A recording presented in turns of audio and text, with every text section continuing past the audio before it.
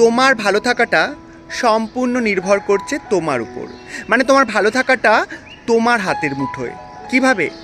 তাদের থেকে দূরে থাকবে যারা তোমাকে ছোট করে, তাদের থেকে দূরে থাকবে যারা তোমাকে কথায় কথায় মিথ্যা বলে, যারা তোমাকে তাদের প্রয়োজনেই ব্যবহার করে এবং যারা তোমাকে অসম্মান করে। নিজেকে ভালো রাখার সবচেয়ে সহজ এবং সঠিক উপায় কি জানো? অল্পতে নিজেকে সন্তুষ্ট রাখা এবং কারোর কাছ থেকে কোনো কিছু প্রত্যাশা বা আশা না করা। সবসময় ভাববে আমার কেউ নেই, কেউ ছিল না, কখনো কেউ হয়নি, এখনও কেউ নেই, পরেও কেউ হবে না। ব্যাস আমি আমার।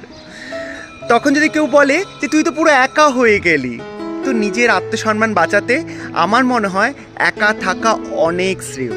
মনে রাখবে আকাশে যে চাঁদটা আছে সে কিন্তু একা, তবুও দেখো সে কেমন জ্বল জ্বল করে।